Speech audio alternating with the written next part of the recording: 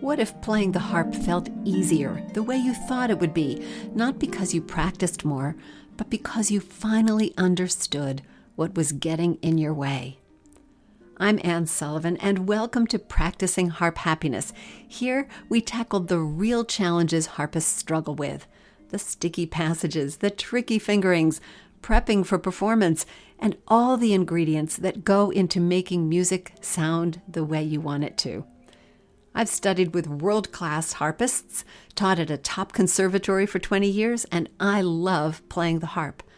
But what I love just as much is breaking down the real challenges harpists face and turning them into clear step-by-step solutions, the same ones I teach my students and use myself. So if you're ready to play the music you love with more confidence, clarity, and joy, you're in the right place. So let's get started. Welcome to the show. Have you ever started learning a piece that seemed like it should be relatively easy to learn, and then discovered it was actually much harder than you thought? Of course you have. It happens to all of us. And in this situation, we have a choice. We could persist, digging our heels in and fighting our way through the piece anyway. Or we could put the piece aside for the time when we're ready for it. Well, by the way, that time only comes when we are super focused on leveling up our skills. Now, neither choice feels good, mainly because we feel like we aren't growing. We feel like our playing is staying at the same level. In fact, one of the reactions I see from harpists in this situation is that they choose to put aside the challenging piece and play another piece by a composer or arranger whose works they know they can play easily. Unfortunately, this can mean that the music they're playing and the finger patterns they're learning don't stretch them at all, but actually keep them stuck in the same place. So obviously, there's a gap we need to bridge. It's the gap between our actual skill level and our perception of our skill level. Now, don't get me wrong, it isn't that we think we're better than we are. It's not a case of inflated ego. It's just that we can't see the holes we need to fill before we are actually ready to learn that piece. Now, sometimes the holes are missing technical skills like independence of the hands that makes playing hands together fluid and easy. Sometimes it's a musicianship skill, maybe fluency with a rhythmic pattern or quick chord recognition. But my point is this: you shouldn't have to take baby steps with your music. It's important that you play the music you truly want to play, not feel trapped playing music that isn't what you really aspire to. But you don't have to take such a giant step that you're struggling to learn a piece in a reasonable amount of time. Now, if you've ever ridden the Underground in London, you may remember the signs and the announcements that are alerting you to mind the gap as you step from the platform onto the train. That's my idea for today. I'm going to show you how to mind the gap between the music you can play and the music you want to play, so your journey will be faster and easier. Naturally, a faster and easier journey as you work on a particular piece or on anything in your harp playing is part of what we've been talking about for the last few weeks. It's about finding that next level. It's learning how to level up the various skills you have. So today our focus is on leveling up your music, leveling up your repertoire, and how to do that. That's why this gap is so important to pay attention to between the music that you know you can play and the music that you can't play. What's stopping you from moving forward? That's the point for our discussion today. And remember, we're going to be working with each of those components in a much more detailed and personal way on the Harpist Breakthrough Blueprint Intensive that is coming up in just a few weeks, starting on February 16th. You can register now for that, and I urge you to register. If you've ever been at your harp and thought, gosh, I don't know what I really need to do in order to get to that next level, in order to improve my playing in ways that are important to me, I don't know what to do. This is going to give you those ideas.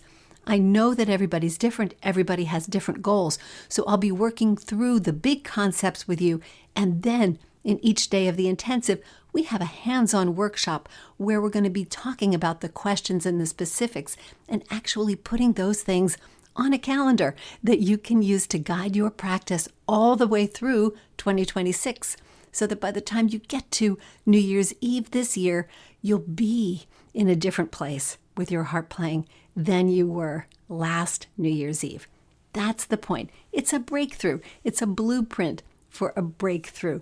That's what we're working on. So please, I urge you to go ahead and join me. It's going to be fun, and I think it's going to be a real revelation to a lot of people, and I think it might be one for you too. So you'll find the link to register in the show notes for today's episode, or you can go to harpmastery.com and look under upcoming events. By the way, when you're on that upcoming events tab, you'll still see that we have registration for the Getaway Retreat open. It will be open through this week, and then we'll be closing the registration. We have a couple of spots left, and I don't want anybody to miss out who feels like they might really benefit from that one-on-one attention that they're going to get at the retreat. If you have questions about the retreat, please feel free to email me. You can always do that, and you can email directly through the podcast email if you like, podcast@harpmastery.com, or email me, Ann@harpmastery.com. We'll get those questions answered. But the retreat is such a special thing. So this is our getaway retreat for this year. So we still have a couple spots. It's your time to get in before we close registration. Now, the Getaway Retreat and the Breakthrough Blueprint are both excellent ways to make sure that you can hone in on the growth that you want this year. But we can talk about a little piece of that right now, and that's this minding the gap. Once again, we're talking about how to turn those baby steps into giant strides, and that's making sure that we can get you from the place where you are now, the music you can play now, and the music that you really want to play. There's a process for this, and let's talk about some of the pieces to that process. Think about the pieces that you can play now, and let's consider what is in them. The way the left hand works, the way the right hand works, how long they are, how many notes you see in each measure, whether they're fast or slow, whether they have any or lots of pedal or lever changes. What are the components of pieces that you can play now? Make a short list. Say, okay, well, they're like this, and they're these kinds of left hands, and they're these kinds of chords. See what you can come up with. If you can come up with sort of 10 characteristics of pieces that are in those pieces that that could be kind of an interesting list. Then take a look at that piece that you want to play, that you think you're maybe ready for, but you're not sure. Take a look at those same things. Are the hands arranged the same way? Are the chords bigger? Are there more? Are there more notes in a measure? Is it faster? Is it longer? What are those characteristics like in that piece? What seems like it's going to be harder? And make a list there. There's benefit to actually writing down these things, because learning music, as we know, is not something that you can quantify very easily. And every time we try to put a grade level on a piece, this is advanced beginner, this is early intermediate, that's a designation that's right for some people and wrong for others. I'll have harpists say to me, well, gosh, I've been playing for a long time, and I can play intermediate repertoire, but this piece that says it's an advanced beginner piece, I'm having a lot of trouble with it, and it's hard for me. Well, that's because the skill set is different. When we put a level on a piece, when we say, okay, this is an intermediate piece, that is such a broad characterization. So that's why I'm suggesting look at the elements of the pieces that you can play and the elements of the pieces that you want to play, and see what the difference is. That's where the gap is. And the baby step pieces are essentially playing more of the same, so that if you have those characteristics of the pieces you can play well, and you can find another piece that has those same characteristics, you can probably learn that pretty quickly because it's music that you can understand at a glance. It has very few surprises, very few challenges, and there's a lot of repertoire at just about whatever level you are these days that allows you to learn that piece and play it pretty quickly because it's so completely aligned with your skill set. Now, there's a reverse component to this too, that if you can play a piece like that well, then you have developed the skills that allow you to play that piece. So other pieces with that same skill set are going to be within your reach pretty easily. The nice thing about this is that when you know what you can play and what you're good at, you can find more of those pieces, and that allows you to build a repertoire pretty easily. The downside of that is that those pieces may sort of all sound the same, and they certainly, even if they sound different, they don't allow you to level up, so that those pieces that you want to play might end up staying out of reach. Does that make sense? If you are playing at a particular level and you choose to play more pieces that are pretty similar to that, that's where you're going to stay. If you want to move to another level, we have to have pieces that have more challenge. That's where we're going to go. Now, learning music, of course, is this combination of things, isn't it? It's all about putting those skills that we're developing, the technique skills and the musicianship skills, and putting them to the test. When it comes to technique, we're taking away that very orderly, almost laboratory environment that we use in exercises, and we're going to add different tempo, different rhythms, different dynamics, and all kinds of different things. So the differences make those same patterns that we've been playing in our exercises more challenging. Now, you can level up your skills all you want, but if you aren't leveling up your repertoire intentionally too, you're going to stay where you are. So that if you're doing all the technique work, that's great. But you have to level up your repertoire to challenge the technique that you're developing. If you want to stay at the same level, it's pretty simple. You just keep doing what you're doing. But very few of us actually want to do that. We hear pieces that we want to play, and we want to play them someday, and we'd like someday to be sooner rather than later. So we have to figure out how to get there. Now, in the last couple of podcast episodes, I talked about ways to level up your technique and ways to level up your musicianship. But let's talk right now about how to find those next level pieces and what to do with them when you get there. Let's start with that list that I asked you to make just a little bit ago. Take that piece that you can play. You have it, you like to play it, you know it, and you can play it pretty well. That's a good baseline. And let's take a look at those attributes. I know I talked about it a second ago, but let's be just a little bit more systematic at it. I think one of the first things to look at is length. How long is the piece? And I know this is crucial because it's a big thing when I give a student a piece that's 3 or 4 pages and they've only played something that's 2 pages before. It takes longer to get through a piece that is more pages, that's actually longer. And it takes a little bit bigger perspective to put all those sections of the piece in order in your mind and make them all relate to each other. So it's working at a higher level. So the length of the piece is important, and so is the tempo of the piece. If you're comfortable playing at one particular sort of tempo, well, in order to move forward, in order to make progress, we need to think about ratcheting that up. So think about the tempo that you like to play at, because this piece might be a particular sort of speed. I don't mean in terms of numbers, like metronome numbers. I don't think that's the criteria because metronome numbers change with pieces. So don't look at the number. Just think about how fast or slow the notes in the piece move. And that gets me to another attribute, and I call this busyness. How busy are the parts? So are the hands both playing a lot of notes? Does one hand play a lot of notes and the other hand doesn't play very much? What's that interplay of the hands like?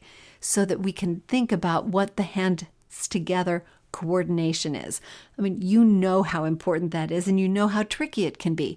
So take a look at what you're playing and consider it from that angle. How busy is it? You might also consider things like the size of the chords. If this is a piece with a number of chords, are they 3-finger chords? Are they 4-finger chords? Are they hands together chords, or just one hand at a time? Are they rolled or are they flat? All of these are skills that you need to have developed. So look at where you are now, because this tells us where we can go. Are there a lot of accidentals? Are you comfortable with lever or pedal changes? Do the notes pretty much stay in one place on the harp, or do they go all around the harp? You see, the qualities of the pieces that you're playing now are what you know. And so we need to look for pieces that have many of those same characteristics, but also level up in a couple key areas that you could grow in. So we don't want a piece that's different in everything. If you're used to playing slow pieces, we don't want one that's fast. And if you're used to playing things where the left hand doesn't do very much, we don't want one where all of a sudden the left hand is jumping all over the place. If you've never done lever changes before, that's one big hurdle, and we may not want to add on a whole bunch of other things with that. When I help my students choose their next piece or two that they're going to learn, those are the kinds of decisions that I make. Sometimes they're very deliberate and conscious and planned out. Sometimes they're much more intuitive. But those are the things I'm looking at. How much more complicated is this than the kind of music that we've been working on? Because I want my students to grow, to make progress, to level up their skills. But I don't want them to be overwhelmed by trying to do that in too many areas at once. So that when I'm looking for that next piece, it might be a tempo increase and a couple of pedal changes. You know, we'll put on a couple of things, but we're not also going to add big chords and huge arpeggios all around the harp if that's not what they're used to doing. So these are things you can look for. And I know that it's, you go into the music store, you're looking online and you think, oh, that doesn't look too hard, just because the notes are big and spread out. So hopefully I've given you some ideas of what actually to look for, not just how blank the page looks, right? If the page looks nice and clear, it could just be because the print is big. So think about, all right, let's see, there are a lot of notes in those measures. Well, how fast does the piece go? How long is the piece? Are these things I'm used to playing or things I'm not used to playing? Those are decisions that you can make. And then you can say, all right, I'm ready to level up one or maybe two of these things. And you can look for a piece that levels up one or two of them, but not 6 of them all at once. I hope that makes sense to you, because it really is a very easy way to step up your music gradually and not get overwhelmed, not take too big a jump forward all at once. There's a very important point that I want to take a moment to emphasize right now. And that's that what we're talking about is looking at your repertoire as the result of the skill set that you have, which makes sense, right? If your fingers can't play it, you can't play it. Your repertoire, the music that you can play, you are able to play because your skill set, your fingers, your technique, your musicianship skills, they're up to that task. They're able to do it. That's what they can do. Your repertoire uses your skill set. And when you're working on a piece that is at that skill set, or maybe just a tad further along, you're working from your strengths. So it's going to be easier to learn that piece. I don't want you to stay at the same level, so I don't want you to choose pieces that are 100% falling in your skill set because you're not going to move forward. They can be fun because they're fast and easy to learn and you know you're going to play them well. But if you want to move up that level ladder, what you can do is be careful about the skills that you add on and be intentional. When you look at the piece the way we just outlined, you're going to be able to see what skills you need to develop. You can go and work on those skills separately and then come back and put them into that repertoire. I'm a firm believer of working on the skills first and then applying them to the music. I don't want you to think that, okay, I'm going to play this piece and it's really hard, but it's going to make my technique really terrific. It's going to be such a struggle because you're trying to do too many things at once. I don't believe in addressing your technical development through your repertoire. Build your technique however you need to do that, if it's chords or arpeggios or tempo or patterns or whatever it is. Build your technique through your technique work. Dedicated exercises that allow you to focus on what your fingers need to do. Then, when you come to that repertoire that requires that skill set, your fingers know what to do and they just need to put them with the right notes. You're not trying to do both things at once. This allows you to work from your strengths and not always be behind. It allows you to learn music faster. And this is how you get steady growth instead of starting a new piece and finding it's just a struggle. That's what we don't want, yes? Okay, here's an example of what I mean. Let's take the piece, one of my favorite example pieces, The Little Fountain. This is a beautiful piece. We love playing it. There are all kinds of pieces that are like this, and they're pieces that use these continuous downward arpeggios, 4-note arpeggios in each hand going down and repeating, and we want it to be beautiful and fluid and smooth. We need our arpeggios to be even, and we need them to be pretty fast. We need to be able to switch between chords. There's a lot going on here. And even though it's not a tremendously difficult piece in the grand scheme of things, it's not an easy piece to play. And just because it's in a book with pieces that are much easier, and some that aren't, you can't make the mistake of thinking that it's a beginner piece, because it isn't. It's not an easy skill that you need to have developed in order to play this piece well. And it's not just for a couple measures of the piece, it's the entire piece. So it's tricky. Unless you're great at arpeggios, you're not just going to pick up this piece and play it. So it's a great piece to demonstrate your fluid arpeggios, but because it's so filled with them, it's really not a good piece to learn them with. You want to have those arpeggios learned and fluid before you get to The Little Fountain. So what you want to do is start with some exercises. If The Little Fountain is a piece that you aspire to and your arpeggios aren't smooth, then let's go back to some arpeggio exercises. There are great arpeggio exercises in just about every exercise book you can pick up. There's a really nice chapter in the Deborah Freyu Exercises for Agility and Speed that works your downward arpeggios in 2 hands, and you can start there and get your arpeggios moving. Then when those arpeggios work for you, then you can step into The Little Fountain.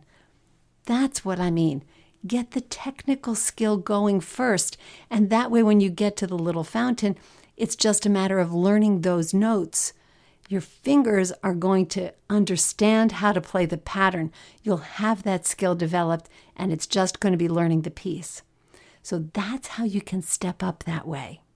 So I think that we've talked about the first 2 steps in this process of turning your baby step pieces into your giant step pieces. The first one was understanding how to choose your next piece, right? That's the list of characteristics of the piece, and just adding on gradually.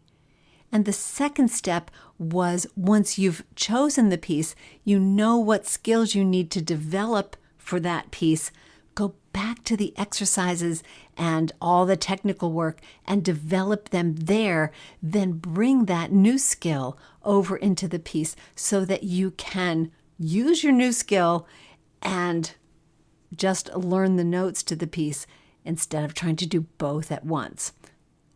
But there's a third step, and it's a simple one to explain because it's what do you do when you get to the new piece? You've developed the skill. What do you do? In a word, I want you to approach that piece from a position of strength and confidence, not timidity. You're building with this piece. You're building gradually. You're not taking a huge step. There's nothing to be afraid of here. You're moving forward, and I want you to feel confident in your ability to do that.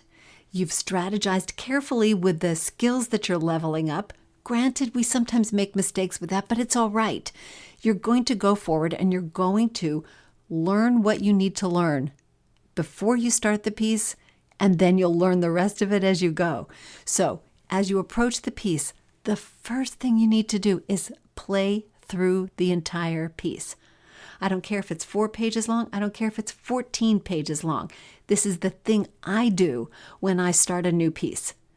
And some of my pieces are long, and playing all the way through it, it's a struggle. Believe me, I don't sit there and just zip it off and play it right away. Now, if it were a piece that were at my level, my sight reading level, then that's what I could do. But most of the new pieces that I'm learning aren't at my sight reading level. They're going to be challenging to work on. And so they're hard to read through. So I'm stumbling my way through it. I'm, making mistakes. I'm stopping. I'm starting. I'm sputtering. It can take me an hour to get through a piece, to read through it for the first time. But here's the huge benefit. Once I've read it all the way through, I know what's there. I don't have to worry about what's on the next page when I turn it. And I don't have to feel like I'm starting with just a couple of measures right at the beginning. I've got the big bird's eye view of this piece. I know what it's going to be like. And I know that sooner or later, and hopefully sooner, I'm going to be able to do it. I've got the idea of how it all goes. And now I just have to sit down and start learning all that I need to learn in order to play the piece. So start that way, play it all the way through, and then really look at what's on the page. Don't just number the sections or identify the sections, although I certainly hope you do that, but really look at the notes. Observe. Are there patterns that repeat through the piece? What can you use that's there to help you? Do you see patterns that you know from exercises that you've played? That, take a look, that's conditioning exercise 5. I can do that. Or are there other things? Look at the scale patterns, the arpeggio patterns, maybe chords or intervals. Look for the patterns that you know so that you're not reading every note, but you're relating all the notes to each other. That's one to remember, right? You're not just reading, you're relating. I'd love for you to think about your first adventures with a new piece of music in that light, that you're not just reading, that you're relating these notes to each other and to notes that you know from other pieces or from your exercises. Look at those. Start there. Then, you can play through what's not familiar. You can start working through it, and you can look first perhaps at the spots that are going to use that new skill you've been working on, because they may take a little bit of extra work, right? So go ahead and do that. Practice the piece however you like to practice it beyond that. But I think once you've gotten the big picture, once you've started relating the notes to each other, and once you know you're coming to that piece with the skill that you need to play it already in progress, if not, fully developed, that's okay, but it's in progress, you've been working on it. You are coming to that piece from a position of strength and confidence, and that's not misplaced confidence, right? I mean, we can feel confident going into a piece, but if we don't have the skills to back it up, that confidence doesn't mean much.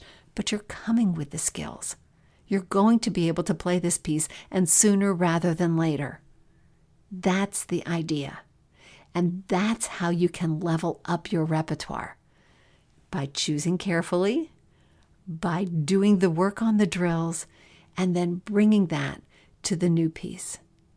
It's a simple system, but how many times do we overlook one or more of those crucial steps? I don't want you to get stuck in the quicksand that happens when you don't have the skill set you need to play a piece and you're trying to play it anyway. It just takes forever. I don't want you to be there. I want you to be able to play your pieces, but I want you to be able to level up too. And this is how you do it. I hope that makes sense to you, and I hope it has shown you a little bit of how you can see where the gap is between where you are and where you want to go, and how you can bridge that gap. It's not very hard to do. You just need to take a look at it, analyze it, make your lists, and then choose one or two things to move forward on, and you'll have the new repertoire growing and your skill set leveling up, and it's just the recipe for growth right there. And of course, that's just one piece of it. And we'll be talking about the whole picture on our Harpists Breakthrough Blueprint Intensive. So if you're ready to put those pieces together, the intensive is going to be the place where we get to do it. And I'm so excited about that. So that's coming up. Don't miss it. I think it's going to be great. Next week on the podcast, we're going to be talking about control. How to exercise control over your fingers and over your music and over your playing, and how to let go of control at the same time, because so much of what we do requires us to let go.